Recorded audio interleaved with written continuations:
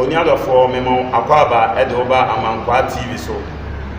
na ene ye dason kwa onyankopon ayama ne ma se ye no mekasa se ye nai nim de yare a atu atese ewo oman ene amanaman mu na mpa yare ne so Ghana ensa ka mo chefa eno nti enam so ma aban ne de ne mra aba oman mu se ensori na yantotum ene ba bi biara enipaku twesi aya de kese biara yen fanto hold for now eno nti na ama asofo yen so yeseye dem so yentimi ma nyame ma entra abra yentimi mfidi eni ti yesese ye nyame asem ekọ door to door eno nti na ndemede ba okwan no se onyame na asem ye no kware na de waka bia nso ebebem ansa ne yina ye fi ati asfaza asiso edisa wo hwemi ade meka na ne se tem biara wo pese wonya nyame asem ye krogen a ko Amankwa TV e wana ne mapa ebe yehye esanse yete wono yentra nkwa abra na nado se yenya asode yentra fie kwa asofo yetwesi abompa ye de ma oman no ye bompa ye enso de ma members se de be ya onyankopon ebe bom members ho ban eyo ma free ohaw eni amane biere mo etiene se wo twen ya me kye wo bia wona me gidi se nyankopon bo ho ban na odo kode wo ba abra yare bi nka ho da na minim se obi a wodi nyame di a wo kita common sense no ewrade be bo no ho ban na wayi na free sa yare a eye yare kodi ewowi ensem na afi enema na be ko yie e de aman enen pese me no che nyame asem ni na ne se sesa usuban se o sesa usuban a enema na be ko yie e de aman na die ti America sesa usuban ni na ne se onyankopon ye bonye eye wasase so tru nanim na bonye eye ni na no afrotu suro akoto ano eno ti amabufu sew aba asase so onyame bufu e ba ne maso na se bufu e ba ne maso onipa bi enu wa wakosko betimesi no kwan onipa bi enu a okita common sense a obetime akachiri yakopon so onya de oye no because ono okuma oni ewu ono na tumi ni na eye ne dia enu ti se nipa bi wasase so no kasa se nyame bi enu a emna atu isu na pese me kire o se onyame wo peja na tabu ba akoko wo su mo Ghana ha no hwe yare a etu atese obi asedem enu ti me pese wonya nimdie e wonyame mu se yo mata de besi biara onyankopon wo onyankopon eda so edi ne yire na ahini na wodi no obi enu obetimi na chada me pese wo se usuban de e ko so wi ase enu mu ye na eba ye so no ene se bibi si wo ba bia onya ko peja wa no se wo ka mi pe ya se ko anu tumuti ufi ase emu ye dia o mai eye amana mai ye mu mi ye ga China ni timiche abua no ne da yese kan fi asem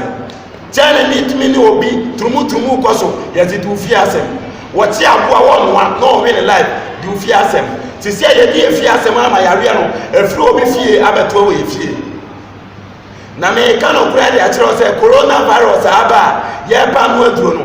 nyankopon na eti atua e woni paso enipa ya so bratie na ye ntie nyame asem ye de nyame pe na ya nam nyame kwan so no sa yare we a oba no wo kire ni pe bi se woda so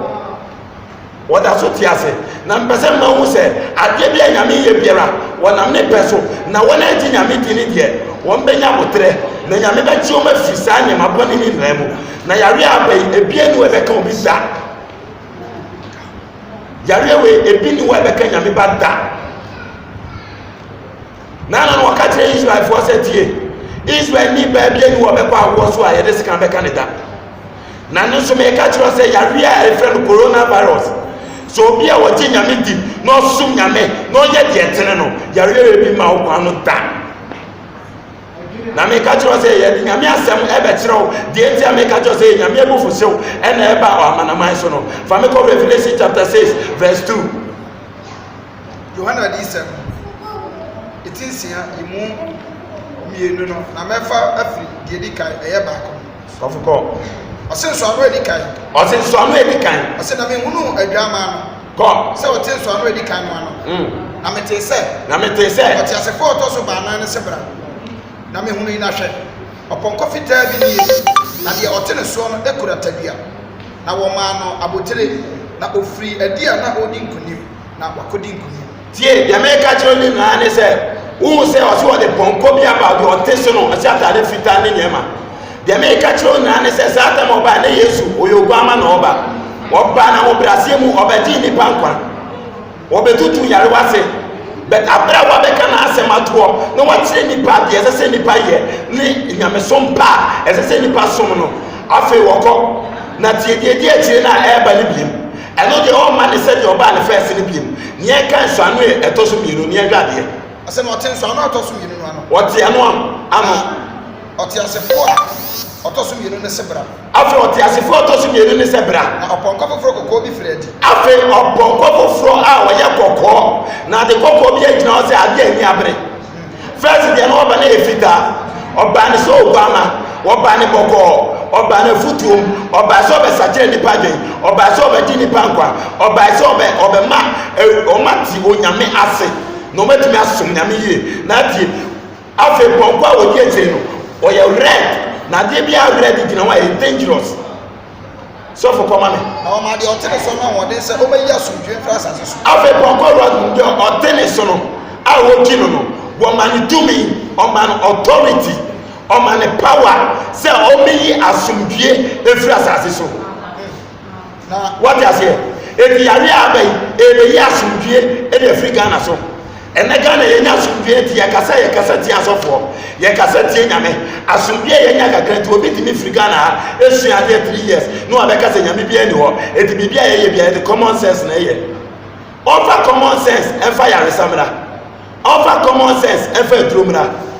when ese se nipa na hu se onyame na so ti ase wasi wote ponko ready so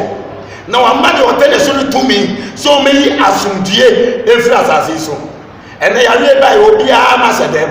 asomdwe be na obenya de be ko adwum se wote bang wo no to sa so ba be hu me ego so amonya ya re bi se wo ye police ne wo to sa adwuma bi a wo ye bi a wo to so asomdwe ni ho because of the area we are ability and the way nyame punishment our person de kire nkrofo bi se emumuya mo ye no enyamo me na mama mo mre na mo sesa ma adwen sesa wa adwen wa ye di o ma ya konya ase wonsa ebenifam wo man mu na mo ye de entene mo ka mo ja edipem egu fom ene Ghana ye ni mobroni asem oda uni bia wa asem na emi etime me se me so no se na ma asem kokot because udru a eye no krese wudi bem esiemu a obemta kata se ena ewura ye benifom edwaman ena ewura ye benifom ena hu beni a we minister ohun ntia no ye na nkwa na otafrena no o bena je no because o ska na we na nyame hwebe na no de mumuye de beto mo so eti mumuye de a amanama ya ye mumuye de a Ghana ya ye eno mu aye na nyame de bre ye se ye betina ye de etene ne asom nyame wono kware mu a awurade ma ya we bi nkan ya da eti bebi a wo hwe me free bebi a wo hwe me free me pesa me ka tro se bomodi na hwe nyame akiri kwan because nyakopon pe na ye solution a wo betima solve ye how de amaye nyame pe na ye solution a wo betima solve ye how de amaye ye to aso kakra no wo de nyakopon pe so o kire se awie ye mene mu no enema boni e di akiri a ebebe nipa so so foto aso to aso ewo Yohana di sem no etinsia wo baduru enan no o se na oponko foforo kokko bi firi adi na wo ma de o tene so na wode se o meyi asomdue efiri asase so na won kunkum wo ho na wo ma no enkrante kese o ma ne krante kese bi meto aso enso ano etoso miensa ni o se na o te enso ano etoso miensa no afi o te eno so ano no mete se o te asefo etoso miensa no se bra ko na me hu yi ko hwe oponko bi riye bi tie na de o te ne so no ekoransane wo nsa afi de o te sa bonko ne so no de o te sa bonko ne so no wo kita so ne wo ne sem na tie dwuma de nyame de amane so meye so foto aso na mete ni bi atiasefo ba na no fifini se afi ye sa te ni fufuro bi em se ayuo susukuru wa baako tie ayuo susukuru wa baako abro susukuru wa miensa baako ebro susukuru wa miensa baako na enwo ne nsa de nya no hwe onye den onye ne hwe egu ne so tie abraza bonko red ne ba na tiri no a wo kita tumi so be ya so be free enso no afa nyame nim se ne ma wom eti ekom meba eti abra onim se ekom meba no afa wo nya ne makwa wasitie me de ayo ebro ene ho bebre ebre ne ma eti obi biara wo hwe me tie menim say yare a atu de say e de come na eba no doubt e de come na eba but onyame be yi ni ma afisa e come ni mu because o de aduane be bre ni ma wo be yi ni ma afisa ho chiri ni mu because o de ma bo bre ni ma o be yi ni ma afisa we ho ni mu because o de ni je bre ni ma to aso ni eri aso ni e fo ni so so ni a to so enan de to so na ebie o se so no to so na no ano go na mete se na te se se fo to so na ne se bra what ya se fo to so na ne sa ka kire se bra na me huni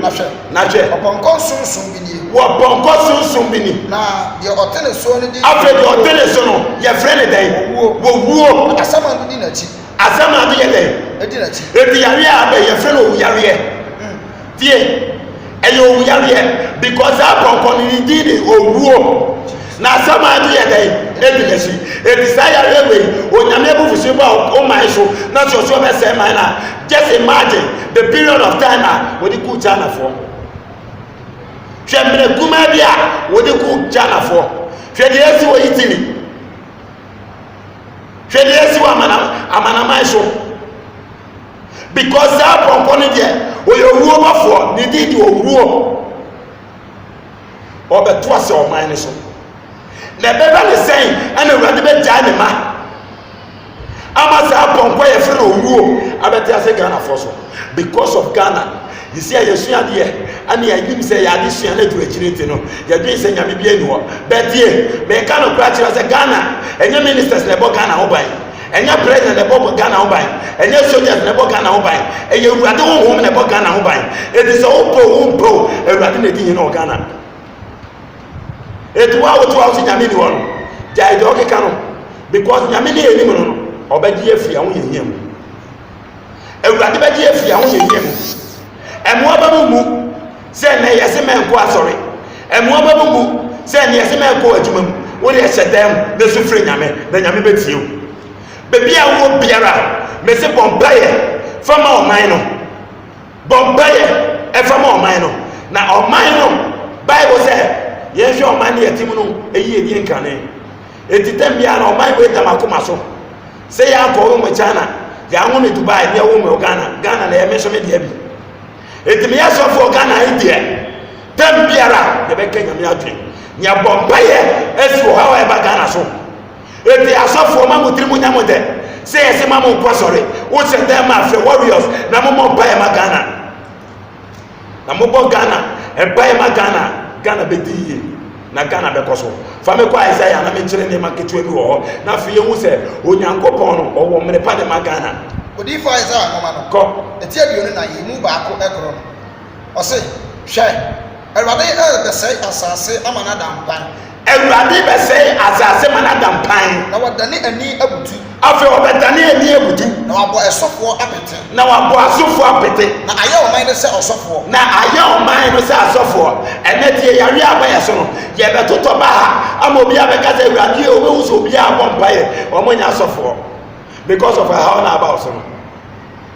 but ye Erade wo fuso ba o man Ghana so a ye be ye mbo say na me pai de say yare Ewura Ghana ha no entretre da wona bi aka e o ba bi o mo biara si ewu no Ghana akwa wo no so arrest no na Ewurade sa de yare Ghana ni be bia ni wa yare be kunita hwesi ewu bi o Ghana akwa nya me be sa de yare Ghana fo mo mo abrochire Ewurade mo ban Ewurade be tane o man na butu because of yamu mu yade sir oni ado fo wan na wo twen no ede na wo jibiem ede na wo hwe biem ene yare abe na obi su oni sika ho sika no be wo agya wakọ hwehwe wo ye die nkane hwehwe o kra no nkane ene fa na o kra akọ abra wo wo bi ede ene ye fa so de de ma abra wo wo bi ene ni pani brade eni pani brade onyonko sofo hu se ne nyonko sofo e powerful se na obeso oto na duro no anyomtofo obi eto nyom se na obeso poison no eni bre ene obi tene yire won kura na yire nso no owu so obi ne de na ma na osi ekira kwose no eni bre Ghana benefo ye de Ghana yakobo besia se mo fa me ya kwan eni bre te no ye be cheska ne mu no mo de half akosi ama mo ne omuma but ya we be bo mo ne omuma na sai sika ne timi so ano kwan ɛna obi yɛ aban adwuma yɛsɛ wogye ta w'ani so a wɔn sɛ adwuma na ɛwɔ papa di ana obi a ɔyɛ ne yie no yɛbusa sɛ ɛne papa di ana because yɛnim sɛ aban adwuma deɛ ɛnsɛe na ankorankora adwuma nkɔ so meka kyerɛ sɛ sesɛ wadwen ɛnɛ Ghanafoɔ mmaa ne nkraman da ɛnɛ yɛama kwa ne mmarima da amumuyɛdeɛ Sodom and Gomorrah yɛyɛ no ɛno bi na ɛba Ghana sesɛ wadwen wɔ biribi a wowɔ na Awurade bufu hyɛ wo ba wo so tie sɛ yɛareɛ ne bi aba Ghana wɔn a yɛ turumuturumu na ɔmo nsa bɛka wɔn a ɛbɔ a ɔman no aborɔ ɛde sika ɛfa kuntu ase eku innocent people ɛde sika yɛ nyankomadeɛ no Awurade Nyankopɔn ɛbɛbusa mo yɛde yɛni hwee ka ɛnɛ Ghana excavator nkurɔfoɔ abrɛ wɔn ani so ɛne mfifire ɛde atɔ no yɛsisi yɛ ɛtumi yira ma yɛyie mpanyinfoɔ bi afa na saa nkurɔfoɔ wei na asu na ɔmo awerɛhoɔ ɛba wo so ɔbɛnya baabi agyina sakyerɛ wadwen ɛnɛ Ghana yɛhu mpanin na yɛhu akwalaa mpanin kasa ɔkasa worɔ akwalaa kasa ɔkasa worɔ eti yɛhu mpanin ɛna yɛhu akwalaa ɛna ɔman na abɔ asese yɛsɛ freedom of speech eti akwalaa di mmɛka na adwen na mpanin so aka na adwen but Awurade hu Ghana mmɔbɔ na onyi yɛn efiri yareɛ mu na sɛ Awurade pagya ne nsa wɔ Ghana Awurade bɛma yareɛ wei abare yɛn asɔfoɔ na aka mom yɛnya wo nam baako ne ɛmɔ mpa yɛ fama Ghana na me mpa yɛ ne sɛ Awurade nyi Ghana efiri owu yareɛ wei nsɛm na yareɛ no nyira abrɛ obi afa duro ka no obi bi a ɔyare biara so Awurade nsa ne yareɛ Ghana mpanyinfoɔ ministers president ɛne mpanyinfoɔ wɔ Ghana ha Awurade ma ɔmo ban ɛne asɔre mpanyinfoɔ Awurade ma ɔmo ban obi bi a ɔwɔ Ghana biara Awurade fa ne mogya ɛnkata mo so Ghana mpaprɛ so border so Awurade ma airport ɔfa ne mogya ɛnkata ɔmo so menim sɛ abere biara wobɛkɔ so ahwɛ na Nyankopɔn anim asɛm ɛbɛtɔ wo fie na wo so no ma ɛyɛ nkwadweɛ eti abere yɛ te fie deɛ mesrɛ wo bɔ mmɔden asɛ tɛm biara wobɛkɔ Amankwa TV na wakɔhwɛ deɛ ɛkɔ so Awurade wɔ nneɛma pa de ma wo Awurade nhyira wo na ɔnhyira w'asefoɔ nyinaa Awurade ma wo ban na ɔnyɛ ɔkɛseɛ mepa yɛ a meba ma wo ne sɛ Awurade ma wo ma asɛm da sɛ woyare Awurade nsa wo yareɛ sɛ nneɛma bi nkɔ so wɔ abusuam na yɛ bɔnsam na ahyehyɛ a Awurade Nyankopɔn ɛnsɔre saa brabere ma wo Awurade mpagya wo na ɔnyɛ ɔkɛseɛ ɛwɔ Yesu din mu amen.